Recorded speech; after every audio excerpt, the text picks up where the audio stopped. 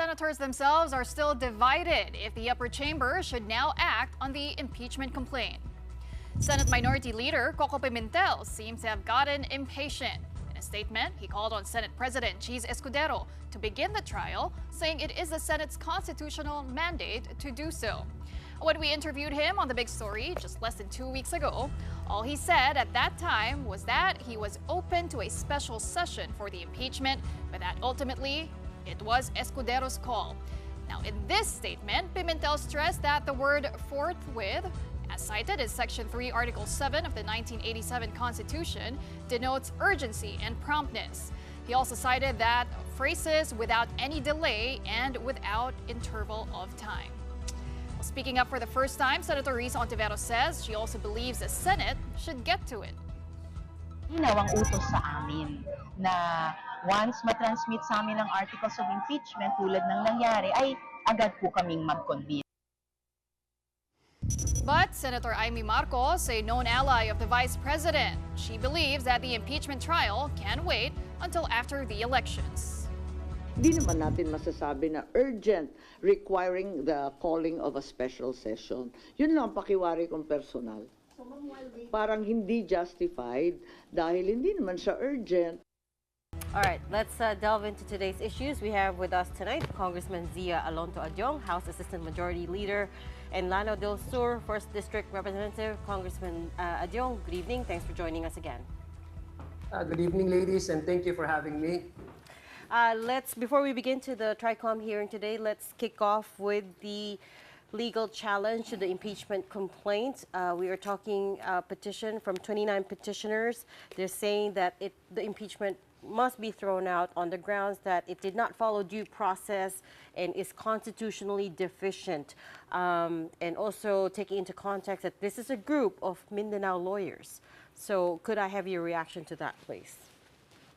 Well, first of all, any individual or any concerned citizens can go to the court if they seem to believe that some laws have been approved, with doubts, in terms of its technicality. Anybody can go to the court. This is a free country. We are in a democratic country. Anybody can go to the court challenging any laws for that matter. Since this is a very important, this is a very important issue because it talks about the impeachment process.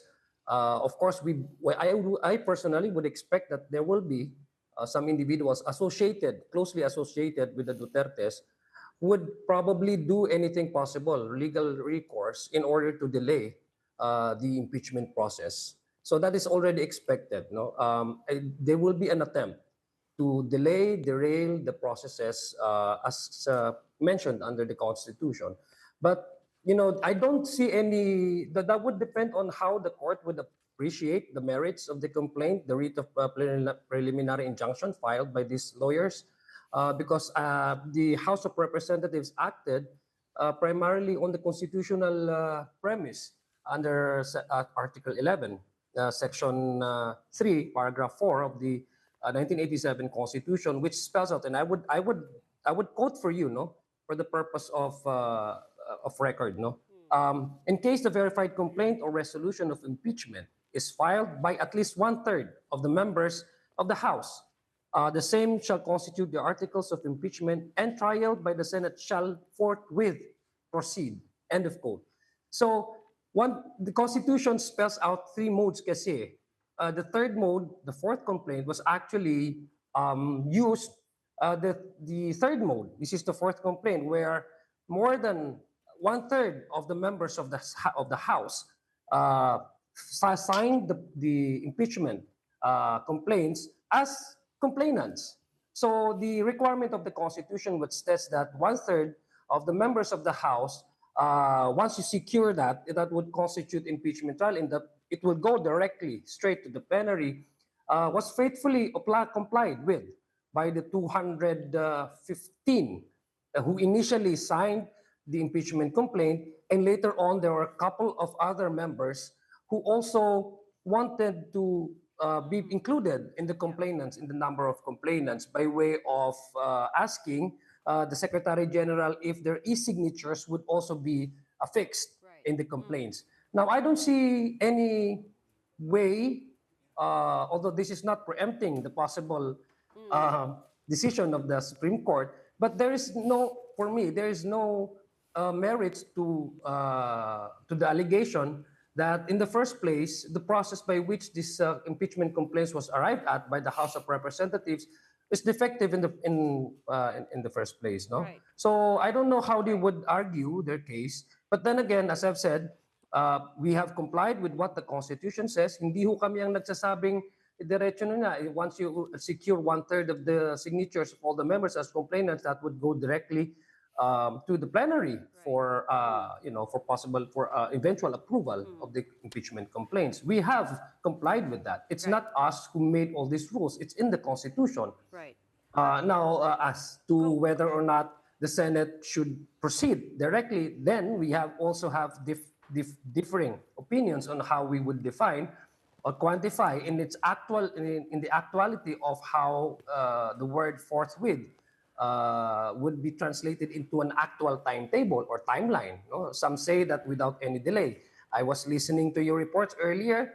Senator Coco Pimentel says he has no problem if the Senate would convene or would call for an emergency session to discuss about the possible commencement of the Senate converting itself into impeachment court. Right. So again, I expect this. I personally expect this as one of the complainants that there will be moves and attempt by individuals or groups associated with the Vice President to question and challenge the legality in the processes of the impeachment, complaints. Right. So this is very expected. Yeah. Parang somebody else used that phrase recently. But Congressman, I think they're not questioning the part about the signatures. It is clear that you secured more than what's required of the Constitution. I think what's being questioned here is one of the things that Attorney Israelito Torion pointed to is it was defective because it didn't consider the 3 priorly filed impeachment complaints. And he says, based on Article 11, Section 3 of the 1987 Constitution, it didn't meet the verification requirements because it was railroaded within a day. That's the part I think that they're questioning at the moment. We've seen this and we've witnessed this during the Estrada impeachment trial, where the House of Representatives was able to secure more than 1/3, I guess, of the signatures from the House members as complainants. So it went directly to the plenary. As to the other 3 impeachment complaints, actually, the 4th complaint was actually an amalgamation of all those complaints.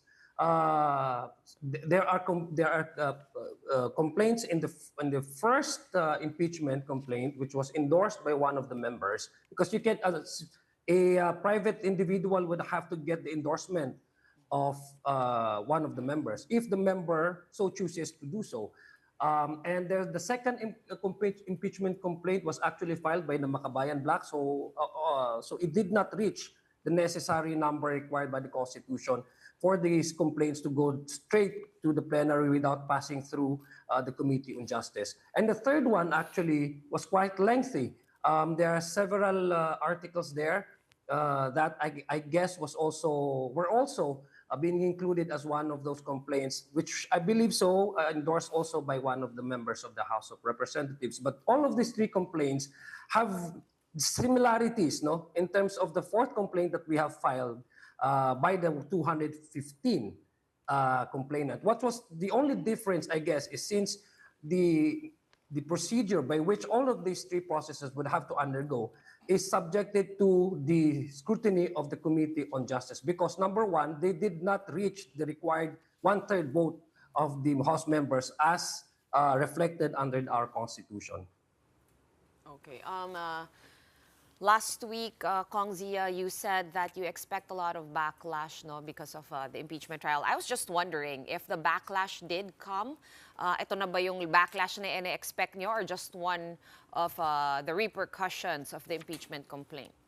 Well, I was expecting backlash in terms of attacks, no, and how, especially in my community, would receive. No, the reception actually was, you're from Mindanao and you're supposed to support a Mindanaoan, but before I became a congressman, I took an oath to uphold the Constitution, to comply and to faithfully serve our country, and to uphold transparency and accountability. The last phrase that actually, if I can, quote it correctly, to uphold the Constitution without mental reservation or purpose of evasion. And the Constitution speaks about our job, our mandate as members of the House of Representatives. Should there be a legal and valid complaint to a probable cause to impeach high-ranking officials, which enumerated in the Constitution, the President, the Vice President, members of the Supreme Court justices, ACAs, and the Ombudsman, and the members of the COMELEC. So what I did, number one, is that I complied with what I have sworn in before I even assume my office as member of the House of Representatives. So basically, dun sa mga, I've been a victim now of fake news. Mudslinging, there are a lot of malicious attacks, stories, leveled against me simply because I faithfully complied with what I have I swore in, as a member of the House of Representatives. Again, this is a part of the price that we have to pay. If you are really into public service, you would always have people who will never appreciate whatever you do, because you can never please everybody. But as long as my position on this is that as long as I'm doing my job, I am faithful to what I have sworn in under the Constitution, then let history judge us. In the first place, the complaints against the Vice President, to me, are valid when it comes to the confidential funds. We have testimonies from her staff, acknowledgement receipts from the COA, which actually speak of a massive violation of the joint circular when it comes to the utilization of confidential funds. In terms of grave threats, we have seen the whole world was watching when she actually made these threats against the sitting president, the Speaker of the House, and the First Lady. So it was actually her own doing that led members of the House of Representatives to decide that there are probable cause to call her, to impeach her, and to probably, in the principle of due process, allow her to have a day in court and to also provide her arguments, legal arguments, into her defense. Well, Kong Zia, separately, the Supreme Court has also ordered the Senate to answer a petition compelling them to immediately commence as an impeachment court. This petition, filed by former special counsel of the PCGG, Attorney Catalino Generillo Jr., petition for mandamus. So, Kong, I wanted to get your thoughts. What's the power of the Senate, or rather the Supreme Court here, to require the Senate to answer and to convene as an impeachment court immediately? As we all know, paulit-ulit sinasabi, diba, sui generis, a class of its own. Help us understand the jurisdiction here of the Supreme Court. Well, number one is the interpretation of the word forthwith. Because the Constitution, full stop, sinabi lang niya doon sa, I quoted to you, without even providing requirements and condition on how and when the Senate would convene as an impeachment court. Ang sinabi lang po doon is forthwith. Now, that's the word, that's the big word that most of us, especially in the Senate, have differing opinions and legal interpretation. The lawyers actually also have varying interpretation as to how do we define the word forthwith. But in the layman's term, if you go to your dictionary, ang sinabi niya, without delay. So that's actually the purpose of the petition for mandamus, is for the Supreme Court to clarify to us what actually constitutes the word forthwith, since all the the complaints are there, the impeachment complaints are there, voted upon and signed, endorsed by directly by 215 complainants. So the wordings in the Constitution has already been complied with. So it was transmitted to the Senate. Now the Senate, would they be convened upon receiving these documents, these impeachment complaints? Would that constitute or necessitate for the Senate to convene immediately, or at least convene itself and then discuss about how they would adopt the impeachment proceedings, no? Yung sinasabi mo rules of the impeachment proceedings. So marami pong mga interpretasyon, but these are all legal interpretation. These are all legal opinions. It's only the Supreme Court that would give probably define with finality on how would the Senate would act on the impeachment complaint if and when they have already received this document. So I guess that's the primary essence of the filing of the mandamus for the Supreme Court to discuss and bank and decide and then define to us how and when the Senate would act and convene itself into an impeachment court. What would you say to those who insist that this is all politically motivated? I mean, you have to admit the timing is a little bit suspect. We've got the impeachment trial. We've also just last week, the NBI saying that they are recommending criminal charges against the vice president. And then, of course, we are on the cusp of a pivotal midterm election. So what's the House's response to that? Well, we're just holding each of our public officials accountable to what they have done, what they did, and there are violations to certain policies. So, of course, we have to be held accountable to it. And there are also, I do expect that there will be other narratives saying that this is politically motivated. But if we go back to the evidences, to the testimonies, nobody was forcing her to, to make threats against the president. It was her publicly saying all these threats against the president. So would that be acceptable to us as a civilized country, a country where no one is above the law? Can we actually threat anybody with impunity and say, I will, pwede kitang papatay kita, if and then come out with it, go unscathed without even holding yourself accountable to it, responsible enough for you to at least say sorry, no? Wala. Right. So I mean, all of these things have already been laid out in the public. So in terms of how we can uphold transparency and accountability in all public offices, we have to maintain that. Right. In fact, sa mga mababang mga empleyado sa gobyerno, kung makagawa lang sila ng kasalanan, automatic na sinususpend sila or terminate sila. So why can't we apply that to the highest official in the land? No, we should not be selective about our application to the policies. No, especially if it involves mishandling of public funds, grave threats, etc. There are other impeachment articles of impeachment there, but I guess if you ask me personally, those two articles of impeachment hold very strong evidences. No? And those two are usually what other congressmen also point out when we ask them, alin dun sa mga articles. So it sometimes makes me wonder, bakit sinama pa yung iba? Because the others are far-reaching. Yeah. I hear what you're saying about holding public the others officials. kasi, Sean, yes, if I may respond to that. The others kasi sabi ko nga, the fourth complaint is the amalgamation of all those three complaints.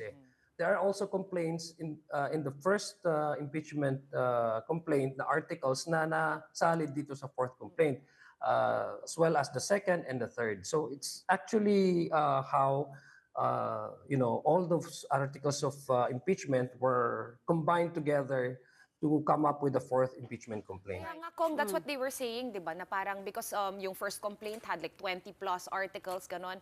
Na kung dumaan sana ito sa Justice Committee, baka na, kumbaga, na-summarize at na filter ng mas maigi, di ba? So there's also that line of argument. And I guess it ties into all of this, right? And to your point kanina, Kong Zia, na yun nga na you were expecting a backlash and these attacks. Actually, last year pa nagsimula before Christmas, no? And that's why we have the TRICOM hearing. I think it was Kong Ace Barbers who first pointed out na dapat magpa-hearing, and now we are at our second installment of the TRICOM hearing today. Hindi na naman po sumipot yung... Wait, sorry. sige. Before we move on to the TRICOM hearing, the point that I was trying to make earlier was, Congressman, I understand your point about holding public officials to a higher standard, but you know who was very fond of threatening people publicly is none other than her father. So in the Duterte administration, I mean, how many times did he get up on the pulpit and threaten people, right? And nothing happened to him. So I'm trying to understand here what makes her different, right? If you're talking about his statement about killing all the 15 senators, right? I just want to put that into context. Back in his administration, I mean, he's threatened to kill drug lords. He's threatened to kill alleged drug pushers. A lot of people, even journalists. Yeah, I think I cannot speak for the entire Filipino people. No, I think there's a semblance of acceptance in a way because he was threatening those alleged drug pushers, drug lords, those criminals. I guess nobody actually wanted to see also the proliferation of illegal trade in our streets. Of course, nobody wants that. But we have different interpretation on how we solve illegal drugs in the country. So when he was making all those threats against people who are involved in illegal drugs, there was a degree of acceptance by the people because his premise, he was voted upon, and let's accept, he was voted upon to the highest office in the land simply because of that very simple campaign promise that he will curb and he will eliminate illegal drugs in the country for 3 months, and then it went on to 6 months, and then after 6 years, nagsabi rin siya na hindi rin niya nakaya. So I guess on that context, he wasn't threatening a sitting president. He wasn't threatening a sitting Speaker of the House. He wasn't actually making threats against a sitting First Lady. So there's a different in the terms of context. But this time, people realize na hindi talaga din po pwede na ganito, no? I mean, I'm a parent. We are all parents, I presume. You also have your own maybe nieces and nephews. But in the house, you cannot just simply go around the house and say, papatayin ko si ganito, papatayin ko si ganon. Kasi you would have to face some sort of penalty, di ba? So that's how we groom and that's how we raise our children. And to allow all these kind of talks, these rhetorics, these threats to go around with impunity simply because we are afraid that there will be a backlash. I mean, that's, to me, double standards. No? So we have to say enough is enough, and there has to be some line to be drawn na hindi talaga dapat ito makontinue sa ating lipunan.